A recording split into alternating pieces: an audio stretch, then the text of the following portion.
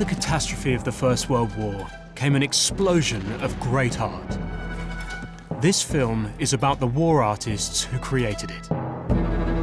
Drawn like magnets to the front line, Wow. war brought out some of the artists' best work. It's pretty epic scale, isn't it? I'll be attempting to follow in their footsteps to the battlefields of Flanders, to investigate those artists of the Great War. This man here is so knackered from their walking that he's literally passed out. And when you see these fragments, you realise also how butchering and maiming they were. To see how they used their experiences to show the horrors of that brutal war. It completely depicts the chaos and the noise.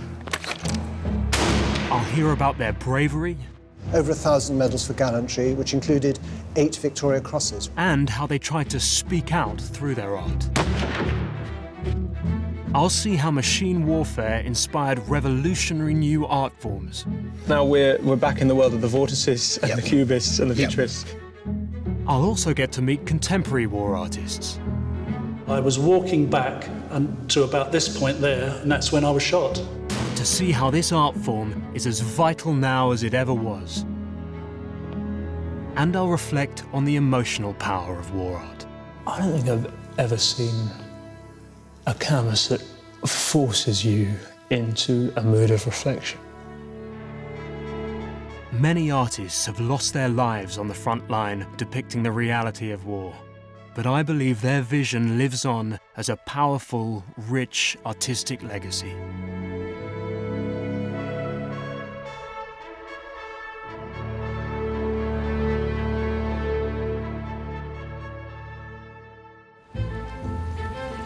There were more war artists fighting in the First World War than any other time in history.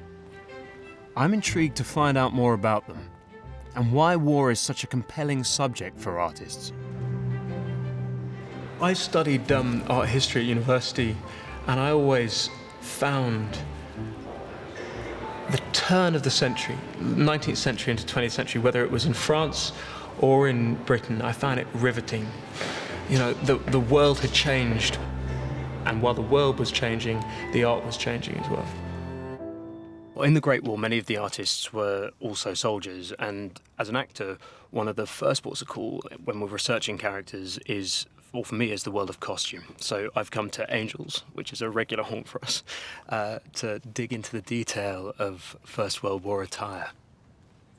I did an adaptation of Birdsong, First World War novel, a couple of years ago, and one of the things I found completely staggering when shooting the scene of going over the top in Birdsong was I was sat getting changed for it and doing up a tie. In your dugout? In my in my trailer. And I was literally doing up a tie and having a tie clip put on and being staggered at the reality of putting a tie pin on before going over the top. It was as if he was going to the city, exactly, or to his club. Setting an example, and of course I have one, just to make sure that you are complete. That was specifically officers. This was not something that... No. Other ranks didn't wear ties. Yeah. Long before the First World War, the first British war artist was Denis Dighton, and he depicted in great detail the formal and incredibly bright scarlet uniforms. As official painter, his job was to show the glory of victory rather than the horrors of death. Wandering through the rails of costume, of military costume, you see that colour of Dighton's painting and it comes to life. It's just these rails upon rails of those iconic redcoats.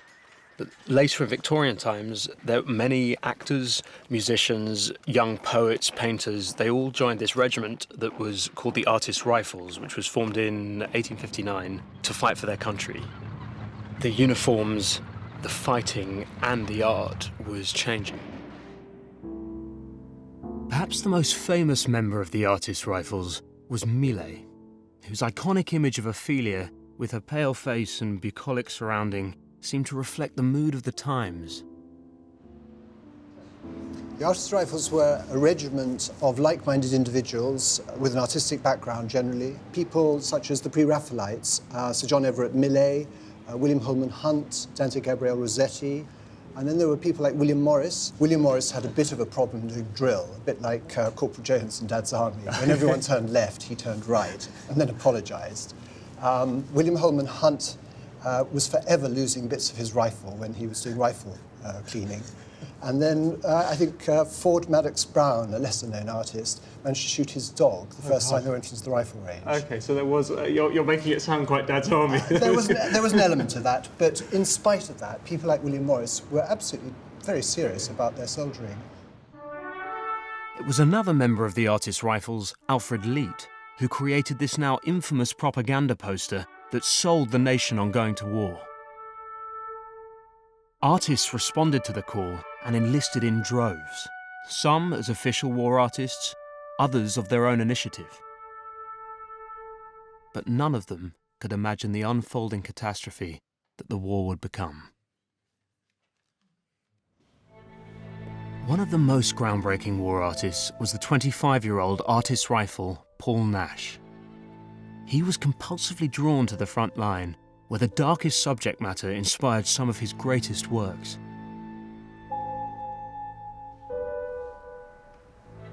This painting is called We Are Making a New World.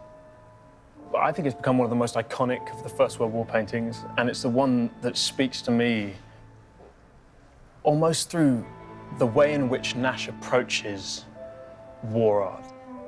What Nash does here is he portrays the effect that we've had on nature. The bitter irony of that title, We Are Making a New World, is this the world that we're sort of creating? This sort of butchered landscape void of life.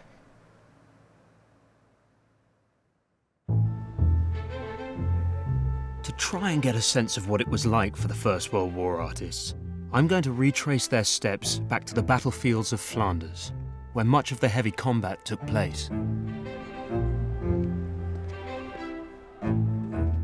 Well, I've attempted as an actor to play someone from the First World War, and of course when you're prepping you do as much research as you can, and you try and you imagine what it was like to be living that, to be on the ground. But with that period, I've always found it impossible, because not photography nor accounts, nothing can really capture that horror. But for me, it was the art, and all sides of that art. So people trying to depict the undepictable that perhaps came closest. With the rise of the machine age and mechanized warfare, the world changed and the art changed with it. At first, the young war artists showed the optimism of going to war, using bold lines and machine-like forms.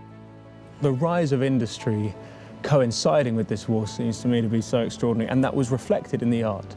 At the beginning of the first decade of the 20th century, these artists were obsessed with the notion of industry and what industry could bring, and man as machine and taking over the world. The rebellious young vorticist Christopher Nevinson embraced the dynamism of warfare by transforming all these soldiers into one single war machine-like form. These artists were illustrating a new age in warfare and were depicting it in bold, revolutionary forms. But the First World War was one of mankind's deadliest conflicts, with total losses of over 16 million. Here, in Flanders near Ypres, 250,000 men died. Many commissioned war artists, including Paul Nash, were injured at the front. And one of the bloodiest battles took place here, at Sanctuary Wood.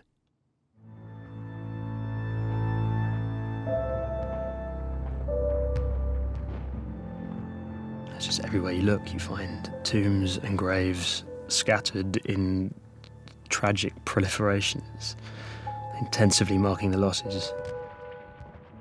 That's an evocative reminder of how many fell, including many war artists, but that's mind-blowing.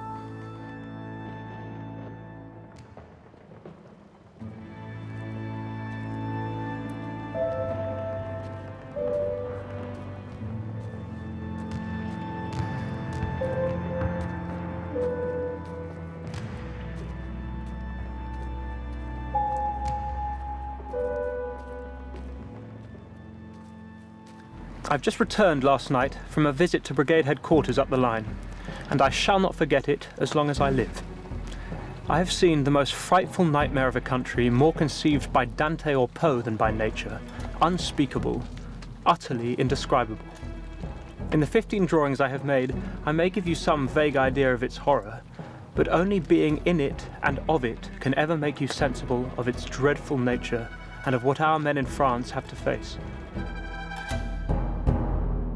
To try and get some idea of what the war artists had to face, I'm here at Hill 62, the site of the last remaining trenches.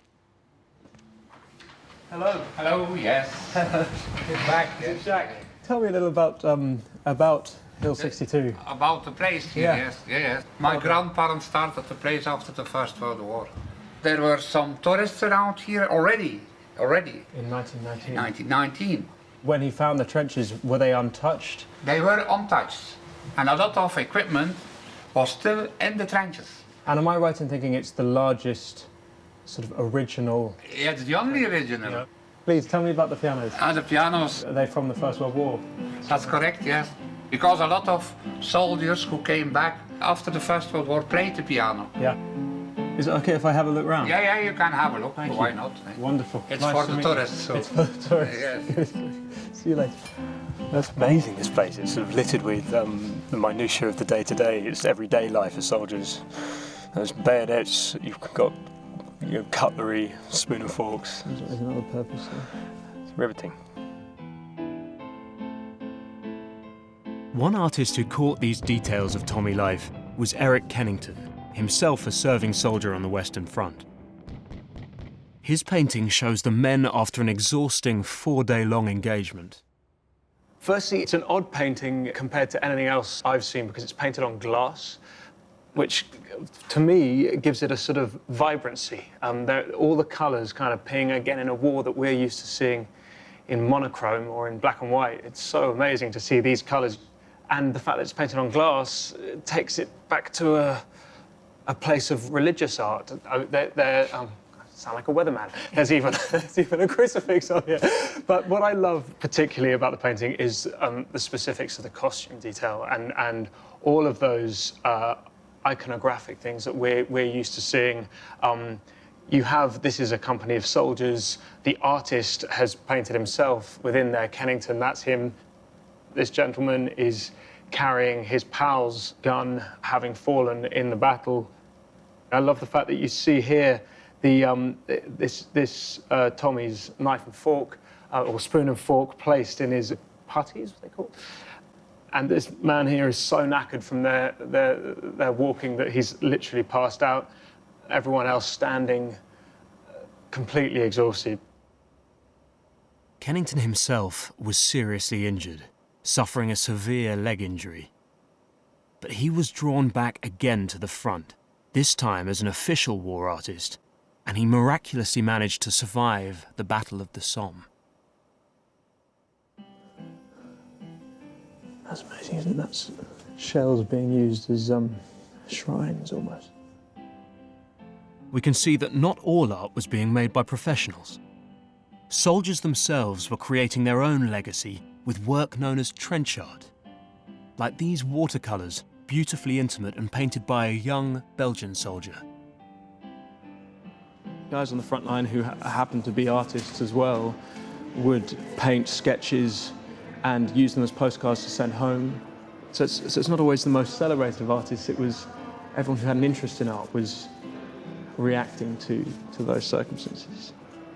You don't want to talk about them in art historical terms or highfalutin terms. They're just really beautiful observations of what specific soldiers saw and witnessed.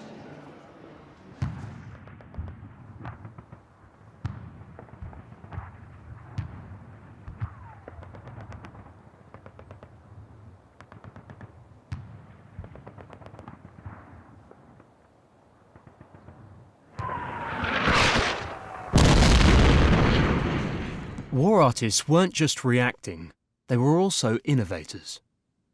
They helped in brilliantly inventive ways, like sculptor Leon Underwood, who played a surprising role in the Royal Engineers camouflage section, designing hides. They had dummy trees all over the Western Front. I mean, some of them were used as observation points, and some of them were used as hiding places for snipers. It defies belief, really. But then the normal order of things was inverted on the Western Front. Everything was done at night, you know, all movement, and often there was more activity during nighttime hours than there was during the day. Comedy was another, less expected outlet for artists. There's this wonderful guy called Captain Bruce Bairnsfather, who was a cartoonist, and he did these things called fragments from France and fragments from all the fronts, and they're these brilliantly perceptive cartoons, the darkest of humour. There's an image here of a slightly grisly-looking officer eating plum and apple jam, and he says, "The eternal question, when the hell is it going to be strawberry?" And I was reading that all these supplies would come down, the mule tracks that would be brought down, and along the way, in these communication trenches, all the best jam, strawberry jam, would be nicked by the people communicating it, and poor guys at the front would endlessly have plum and apple. There's an extraordinary one here as well of the idea of the camouflage tree, the sculpted tree being used as a sniper point. Bairnsfather sort of mocks sort of absolutely battered, shelled piano. Could it still be played? You know, trying to find likeness in the dark, I think, by whatever means possible.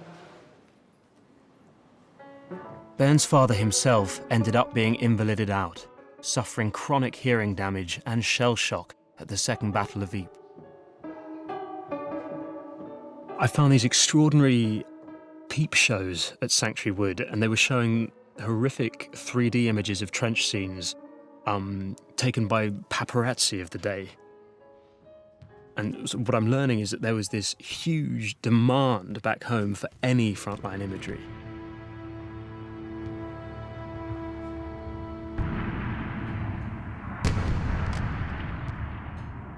One aspect of the war that I became riveted by whilst researching my role in Birdsong was tunnel warfare. This lesser-known subterranean war that raged beneath the front lines was depicted by one of my favourite artists, David Bomberg. The 27-year-old who served on the Western Front was commissioned specifically to depict this unseen war and would approach it with modernist forms and controversially vibrant colours. Bomberg did this extraordinary painting. The colours are incredibly bright. They're not colours we're used to seeing depicting images from the First World War. I mean, is this an absurd take on tunnelling, or do you think that could actually exist? It's a perfect colour of the Flanders blue clay. Of the Flanders blue clay? How extraordinary. Yeah.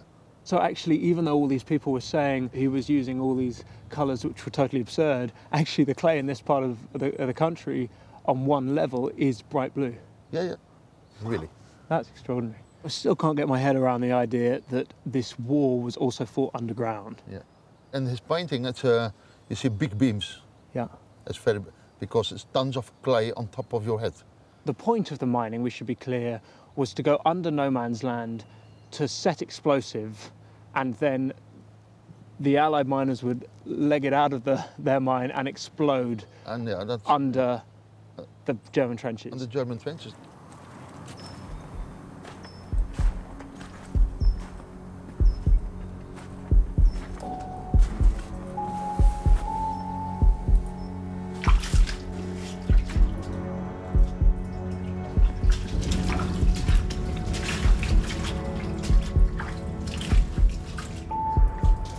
Bomberg used his geometric technique to depict the mechanics of tunnelling.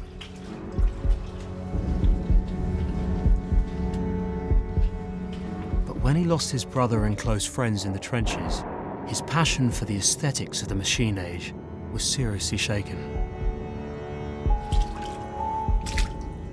On top of this, his government patrons mocked and derided him for his futuristic style, and he was later brutally excluded from the art world. He died in abject poverty.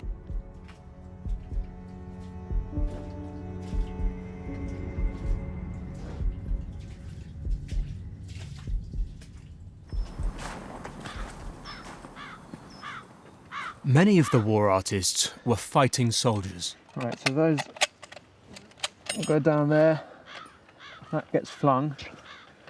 And so you would use your index finger for loading and then your middle finger for shooting? For shooting, and that was for speed, was it? For the speed, yeah. So Focus on the target. All the artists had to learn how to fire the famous Lee Enfield rifle, standard kit for the Tommies.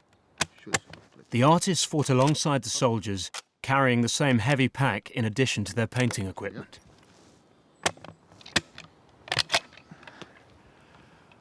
God, it's quite a workout, isn't it? Yeah, that's it. Tell me, now, what's going on up here? Was this bayonet area? Of course, this is the bayonet holder. Right. This, the top, and Yeah. this. So they had to click the bayonet. And, it's right on here. and the point of that was, in close quarters, you could have arm-to-arm combat. Of course, yeah. Right. The war artists would do preparatory sketches at the front, which were then sent back to England, and they would work up later into larger paintings, exhibited to satisfy the rapacious appetite of the public. This is called The Mule Track. It's by Paul Nash and is, I think, one of the most extraordinary paintings, again, of this time, because it completely depicts the chaos and the noise. I feel there's a sense that you can actually hear the chaos, and that in this war, we're so used to seeing in black and white photography the colour. Bright sort of blues in and amongst the muddier colours, there's sort of yellows. It feels like he's really affronting us with a noisy reality. Nash will take all these kind of different textures. He has actual brush marks that you can see here, as if he just stabbed the canvas, in stark contrast to the wilting trees, again, nature being pounded by man. The only human beings that you see are so diminutive and tiny, they're cowering. This little lad here, who's in the middle, hiding with the mules. I only found them after looking at it for a while. They're so small that they suddenly make you see this quite small canvas as a massive vista. Not only is it a night scene, but it's something that is so violent and so loud, and whether that's in the colour or the kind of contrast of this movement of the track versus the explosions around. I mean, it is an apocalyptic image. In Nash's words, it's sort of something reminiscent of Dante and Poe. Just metres away, across no man's land, an official German war artist was also at work. These drawings by Erwin Eichler, recently unearthed in a family archive, have never been shown publicly before. Most of these drawings aren't huge ceremonial moments, they're stolen snapshots. Exactly, and that's what's so unusual, because you just imagine war art or war artists would be, really portraying, I suppose, the horror of war. And there it's the opposite. You're almost trying, maybe it's a way of escaping. This one I find very moving as well. It's sort of, again, you see the composition with the trees, and you look closer and you see it's all crosses, and you think, well, these people have just been buried. And somehow these wooden crosses next to these living trees make it's quite poignant. There was another soldier fighting the Allies in the First World War, also making money from selling his paintings. He had tried and failed twice to get into art school. His name? Adolf Hitler. Perhaps history may have played out differently had he been accepted. Meanwhile, as the British war artists' inventiveness had aided the land effort with camouflage, so their creativity also contributed to the war at sea, with a movement called Dazzle. In the First World War, they had a real problem with ships on the North Sea because they were being hunted by submarines. They realised that just painting the ships grey didn't really help because they were silhouetted against the horizon. So their idea was not that you disguise the ship exactly, but that you'd confuse the enemy. There was a kind of dazzle command that was set up in the Royal Academy schools. Women students painted these models with different dazzle painting, and then once they were checked, they'd transfer those onto large drawings, and then they'd go off to the shipyard. The idea that this type of camouflage derived from an artistic movement, whether that was, the vorticists who before the war had been sort of perceived by everyone as being so avant-garde, suddenly their visual language seemed to have a place, and not only a place within actual paintings, but placed within a sort of practical, useful purpose within the war. I read something absolutely wonderful in which I think Picasso was in Paris and he saw a camouflage cannon being removed from the city, and he took total claim for that, saying, "We did that." And it was the idea that the fracturing of cubism and that language of taking form and smashing it apart, seeing the world multi-view, was the creation of camouflage. So. Can you imagine what it must have been like the first time that someone proposed this?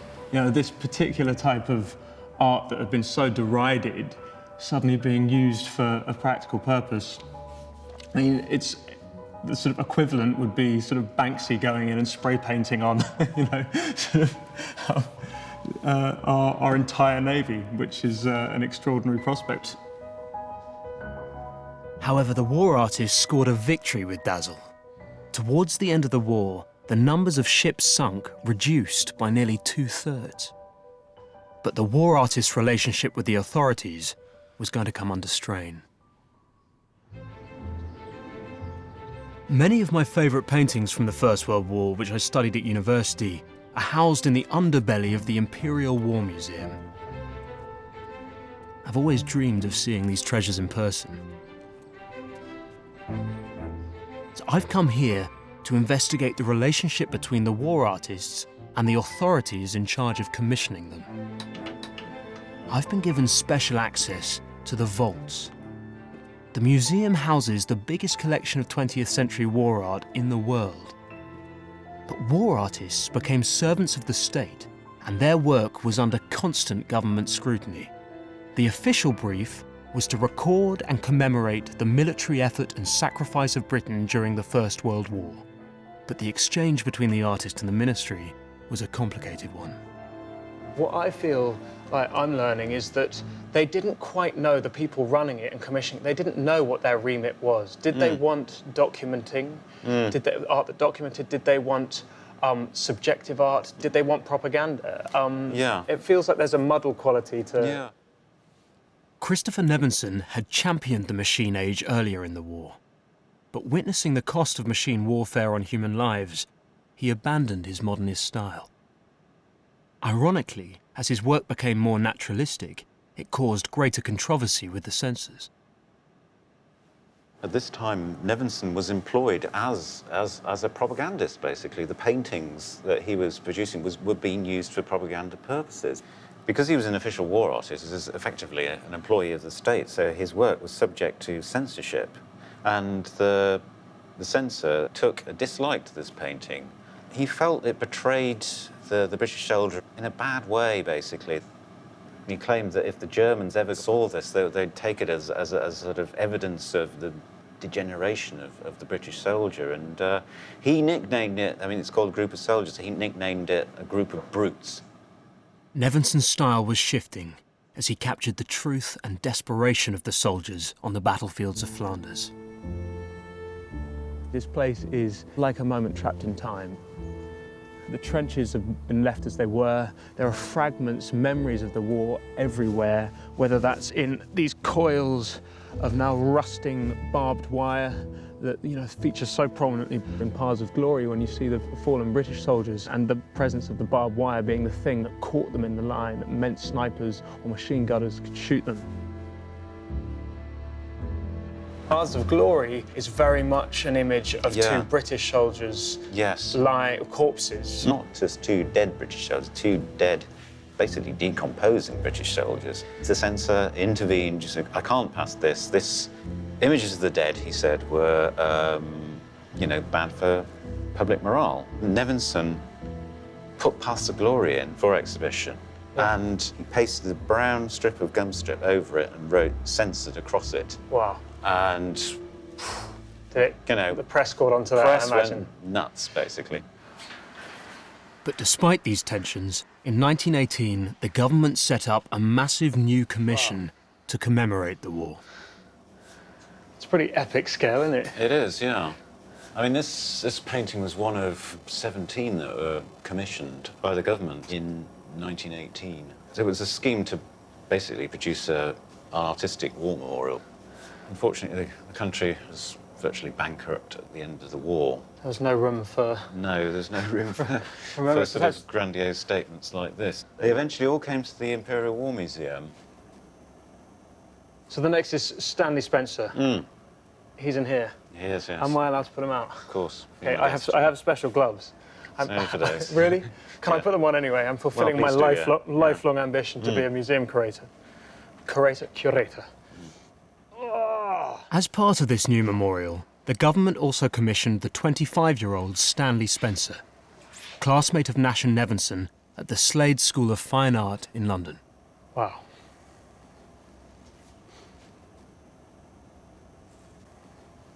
So for these commissions for the memorial, you were saying there's a big dialogue between all the artists and the commissioners as to what they wanted. So what was the case here with Spencer? Well, Spencer, it was suggested to him that he, given his background, his interest in biblical subjects, that he paint a scene of a church service at the front. But Spencer disagreed, and he said he wanted to show God in, you know, in the sort of rough tracks and the mules and things like that, in the everyday aspects of service experience. And the subject basically was something that he experienced himself. He was a medical orderly in the Royal Army Medical Corps, and this was the scene of an attack that the British forces made in Macedonia. And he described how there was a constant flow of casualties to this field hospital. He said it wanted to be a scene of redemption.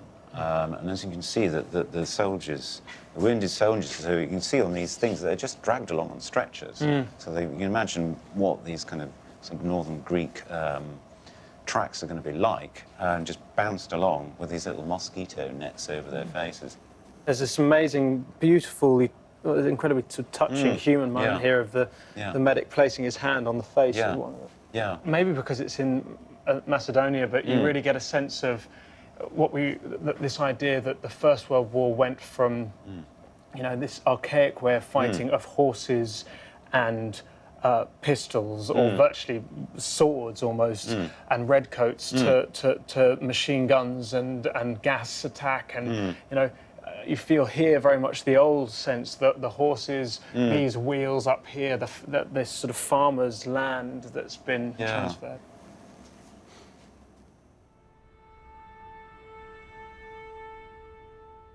Another artist commissioned for the memorial was John Singer Sargent.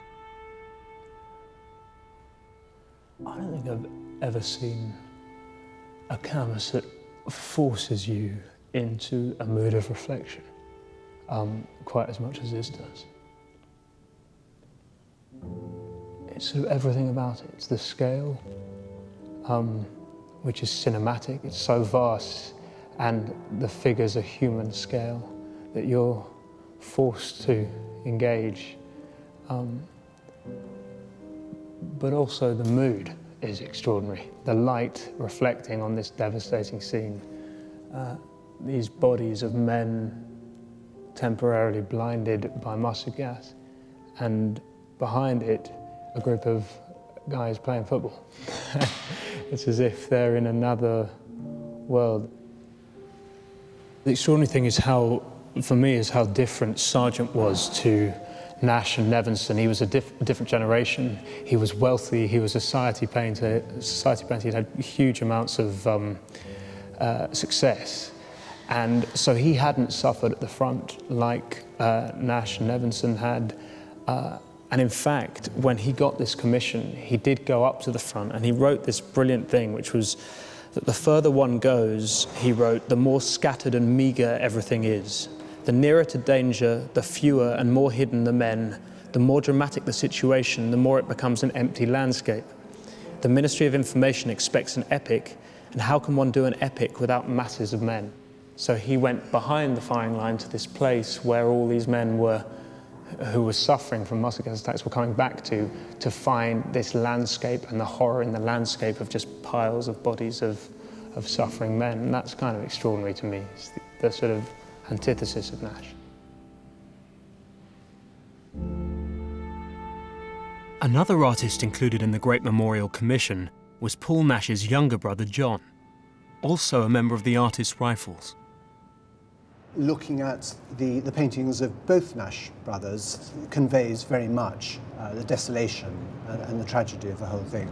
I suppose the most famous moment that the Artists' Rifles faced in the First World War was in 1917 yes. at Ypres, where John Nash's painting over the top must yes. have a specific resonance for you. It does, and for the regiment especially, and it shows the moment when a group of 80 members of the Artists' Rifles of B Company of the 1st Battalion went over the top. And within minutes, 68 of them were either killed or injured. Nash was one of the 12 to survive. You can see the men as they advance. They're all sort of trying to make themselves as small as possible. Their shoulders are hunched. And there's a certain inevitability about the whole thing, because they must have known that within minutes, many of them would be dead. It might surprise many to learn that the regiment, or shall we say men who had passed through the regiment, won more medals for gallantry than any other regiment in the British Army. Over 1,000 medals for gallantry, which included 8 Victoria Crosses.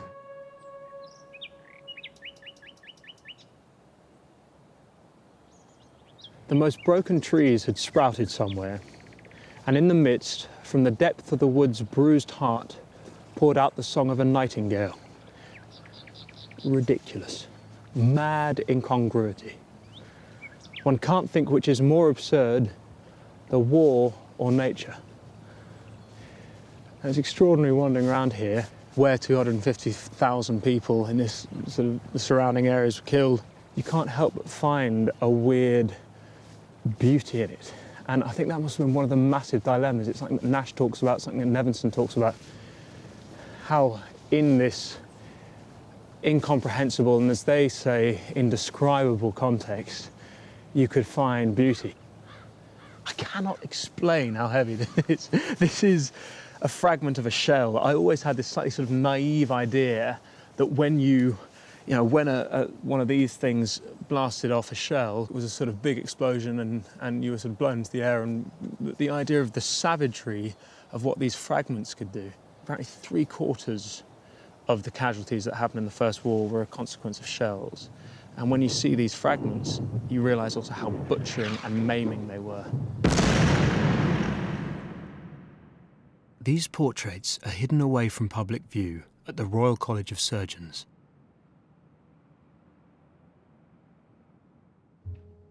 Henry Tonks was a surgeon turned artist who combined his medical and artistic skills to depict the shell-damaged survivors of the Battle of the Somme and to document the pioneering plastic surgery of Sir Harold Gillies. The Cambridge Hospital at Aldershot had set aside 200 beds for casualties coming in from the Somme, and 2,000 arrived. Recording the procedures, recording the patients was a big part of the medical process anyway. So clinical illustration in terms of photography, in diagrams and pencil drawings is a big part of what the medics do anyway. And what Tonks brings to it is this real sensitivity. He brings these extra elements to it that very few other medical artists have. If he was trying to really document, he would have maybe used a more precise method, whether it was pen and ink or drawings, but these are impressionistic and he's using chalk. So it does feel like it's a blurred line between art and medicine. They're almost life-sized, and you can't help but stare into the eyes of the subject. They sort of won't allow you to look away. Yeah. This challenge for artists of depicting warfare and its consequences continues right up to the present day. A century on from the First World War, the tradition of war art is still very much alive. I'm going to meet some contemporary war artists, all deeply indebted to the past and passionately committed to the power of this unique genre. I've always been interested in war and conflict. Yeah. Always been interested. It's fascinated me because the whole idea for me of art is to make something beautiful out of something tragic or awful or gruesome. That's exactly what war artists like Nash and Nevinson and Sargent did. I love Nash. I love I love it, but I can't do that kind of thing. It's just not for me. But it can probably mix up some of the colours that Nash used. For a start, he probably would have used a lot of olive green. That's olive green. That's oxide of chromium. Let's take this. I'm making a bit of a mess here, but I've got to. So I can add a bit of yellow ochre. And do you use the palette knife you use just to mix, or do you use it to paint? I use it for all sorts of things, mix and paint a lot of the time. I've always had a weird fetish for palette knives, and I mean it's so. There's something so you just want to get your hands in it. Do you want me to hold that one? Make me feel useful, please. All right, okay. Well, let's try something here. This is Indian red. Yeah. Now, that's an unusual colour for a sky, isn't it? But that's the kind of colour that Nash used for a certain sky in the Better World painting. Yeah. It took me a long time looking at that painting to realise that that wasn't a Grand Canyon-style mountain range. I'll put that there. Is that black? It's black, yeah. Now, every teacher at arts... Says don't use black. Don't use I was going to say, that's the one piece of teacher. It's a pile of shite. Of course you can use black. It's the deepest colour you can get. Just as some of the First World War artists were censored, Peter's work also failed to meet official approval. Censorship still exists in official war art. I heard that one of your pieces was censored. Oh, yeah. It was called Croatian and Muslim, and I got flack from the Imperial War Museum because I hadn't witnessed it. Who's going to witness a rape scene and go like that? Oh, that's interesting, you know. You don't do that. No. I knew that rape happened, and that was the main part of Bosnia, was rape. Yeah. So I decided to do something to do with rape, you know, which was a kind of iconic image, which was it brought the whole exhibition to worldwide attention. And it was censored. Being a war artist comes at a cost. Peter's experiences caused him to suffer multiple nervous breakdowns. Another contemporary war artist, Graham Lothian, returned compulsively to the perilous Helmand province. Just like so many of his First World War predecessors, he too suffered serious injury. Obviously looking at a lot of First World War artists, and in so many of their letters they talk about finding the beauty in the most devastating of circumstances. For an artist, we kind of go there with a different mindset, and I stand back and I just observe things. I want to capture reality, I want to capture the truth. What's it like to go on patrol? And it is terrifying. What I'm doing is sitting here just watching the scene, as an artist should do. You know, I'm watching the patrol go off, looking for the infamous IEDs. The guy in the front is probably the bravest man in the British Army, because what he's doing is what they call barmering with a Vallon. In other words, looking for IEDs with a mine detector, and the IEDs are bombs in the ground, as we know. He's normally a very young soldier, so he's out the front looking for any disturbance in the ground and ground signs and things like that. I came along here, back to the viewer, and I was shot in the arm about here. My God, which arm were you? I was hitting my dominant arm, I'm left-handed, and the bullet came in here, travelled through the inside of my forearm and exited out of my palm of my hand. My fingers were saved by holding a camera. Oh my God. And as you can see, imagine me holding it like this. You can see where the round's gone in. Oh my God, so you can. And you can see the mark where the round's probably zipped out. In actual fact, it doesn't work, but if you turn it on... What does it do when you turn? Well, it just does that. I've no idea what that means, but you can see all the glass is smashed. Contemporary war artists may not defend themselves or fight or carry guns like Nevinson or Nash before them, but they still bravely venture to the front line. They bear witness and they convey their experiences. I heard you sort of walked into Syria and started drawing straight away. What inspired the subject matter? When did you know what image to choose? Originally, I went there because I thought that refugees might be a subject that was perhaps too sensitive, and that drawing might be a good way of approaching this. When I arrived, the borders are open for humanitarian reasons, and you could walk across, and I walked in, and it's 3 or 4 kilometres, and you meet these rebels who'd held that area at the time. I thought, because I'm blonde and blue-eyed and non-Arabic speaking, they would push me away, laugh me off. And they didn't. They just said, what do you want to do? Where do you want to go? Do you need a translator? You've got a postcard here of, this is, you said, of refugees leaving Syria. Correct. This seems like such a snapshot. How did you create something as spontaneous as that? This is on the border coming out of Syria back into Turkey, and these This family had been driving, I think, for something like 18 hours, and they parked up to have their stuff searched sort of on the way out.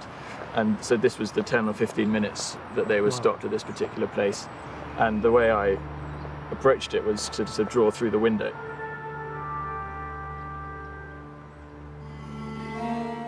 For me, I have to go there and see it and draw as much of it there as possible. I think that idea of bearing witness also adds value if you're trying to tell a story in a newspaper or in a book afterwards. Not all war artists work from the front line. Julia Midgley is a wonderful artist fascinated by the ramifications of war. Andy, how does it feel being painted? Feels a bit strange, really, like, because it's not something that I thought would ever happen in my life. That's when I wanted to paint my picture. Yeah. But, She's inspired by the surgical artwork of Henry Tonks from the First World War. Her subject is Andy Reid, a veteran of Afghanistan and a triple amputee. Where do you see your role as an artist? Is there a documentarian quality, or is it about interpretation and your take on the world? Well, I suppose I call myself a reportage artist or a documentary artist, and so yes, I want to tell a story of what I'm looking at as it happens in front of my eyes. It obviously subliminally gets through to me and then hopefully through into the drawings. My work is quite minimal, and perhaps the advantages of that is that it draws the audience in so that they have to look a bit closer. And I'm hoping that gradually these drawings reveal themselves and reveal what the patients that I've been drawing have been through. This painting's on graphic paper. Is that for a specific reason? Well, sort of yes and no. Something about the graph paper that I thought might reflect the fact that in the background there's a lot of technical expertise and a lot of very precise know-how and science going on. But I'm actually quite the opposite of what graph paper represents, in that I just use a free line. some of my friends have not come back from Afghanistan.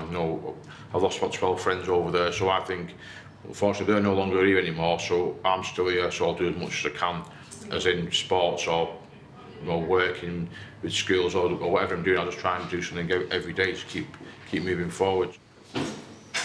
I'd always assumed that if a shell goes off or a mine goes off, there's sort of big blast, and you either sort of survive having avoided it or you don't. Do you have any memory of the moment itself? Yeah, I remember telling my guy with the metal detector, young Jamie, step off in that direction, then probably took about 3 or 4 more steps forward and stepped on the IED. I don't remember any kind of click.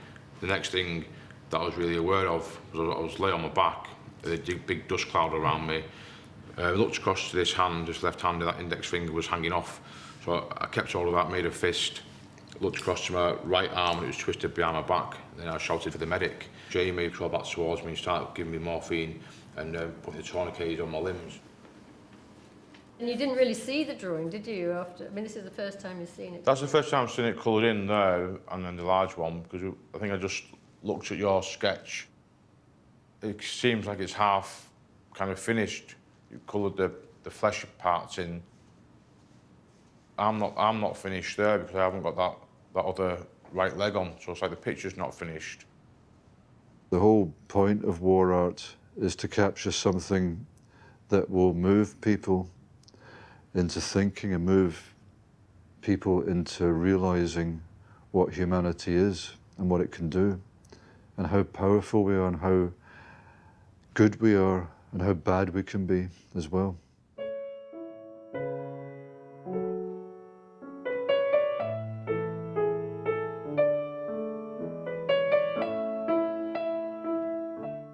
Listening to today's war artists made me reflect on those artists from the First World War and quite what they experienced to tell their story.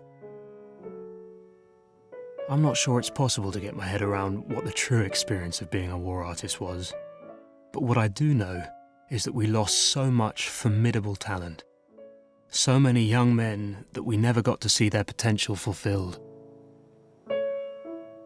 And whilst there are many beautiful and reverential memorials to commemorate the fallen, for me, those war artists left and continue to leave behind an even more powerful legacy. something incredibly personal. Through their unique brushstrokes, their art stands as a testament to their experience, and they manage to convey intimately what is often beyond description.